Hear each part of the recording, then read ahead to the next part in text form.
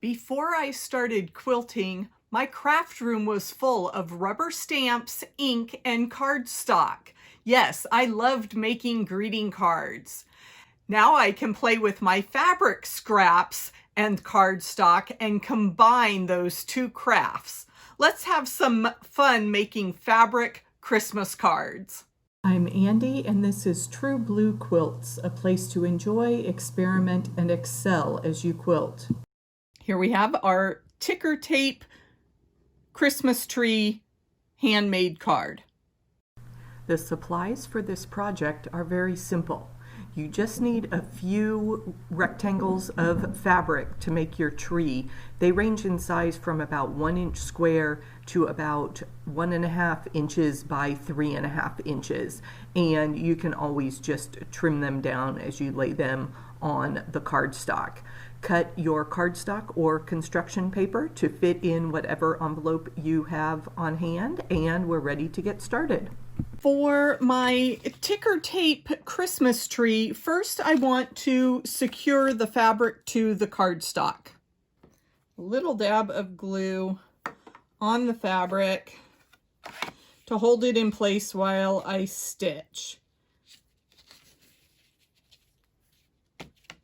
So I've got 3 different green fabrics, and I'm not really worried about placement on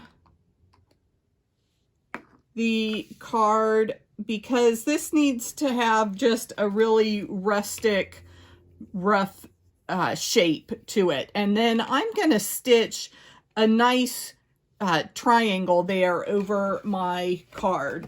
So I'm going to angle this down, and I'm just eyeballing from the center of my top piece of fabric down to the corner of that bottom piece. And I'm just using a basic straight stitch.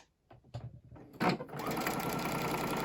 you have to push the cardstock through a little bit with your presser foot because the cardstock isn't going to travel over your feed dogs the way normal fabric does. I get to the bottom and I turn my card.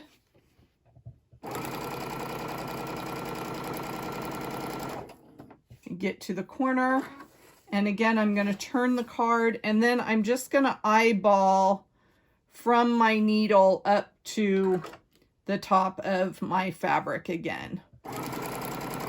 And once you get started, it does feed through a little bit easier than when you first get started. So there we have our basic card. I'm thinking that looks a little bare, so I'm going to go through and add a couple more lines of stitching on each of the fabrics.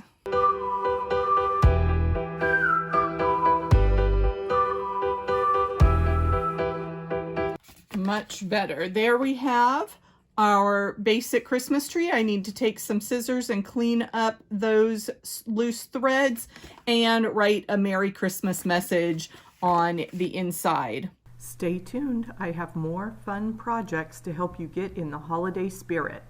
Check out this gnome project for a beginner-friendly paper piecing project. When you subscribe to this channel, you can be sure that you will never miss one of my quilting tutorials. Thanks for watching, and I'll catch you in the next video.